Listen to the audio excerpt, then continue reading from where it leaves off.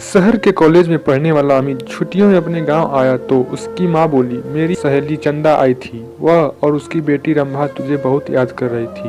वह कह गई है कि तू जब गांव आए तो उनसे मिलने उनके गांव आ जाए, क्योंकि रंभा अब तेरे साथ रहकर अपनी आगे की पढ़ाई करेगी।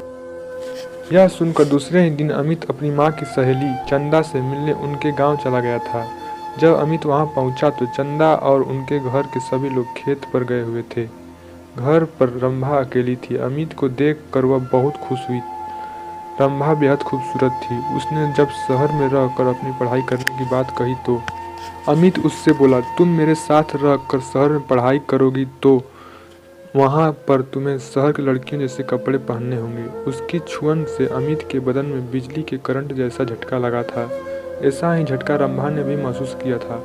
वह हैरान होकर उसकी ओर देखने लगी तो अमित उससे बोला, यह लंबी चौड़ी सलवार भी नहीं चलेगी। वहाँ पर तुम्हें शहर की लड़की की तरह रहना होगा।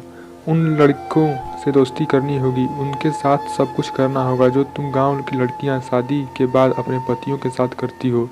कहकर वह उसकी ओर देखने लगा तो वह शर्माते हुए बोली, यह सब पाप होता है। अगर तुम इस पाप पुण्य से चक्कर में फंस कर यह सब नहीं कर सकोगी तो अपने इस गांव में ही चौका चूल्हे के कामों को करते हुए अपनी जिंदगी बिता दोगी। कहकर वह उसकी ओर देखते हुए बोला, तुम खूबसूरत हो, शहर में पढ़ाई करके जिंदगी के मजे लेना। इसके बाद अमित उसके नाजुक अंगों को बराबर छूने लगा। उसके हाथों की छुअन से रंभा के तन बदन में बिजली का करंट लग रहा था। जोश में आने लगी थी। रंभा के माँ बाप खेतों के शाम को ही घर आते थे, इसलिए उन्हें किसी के आने का डर नहीं था।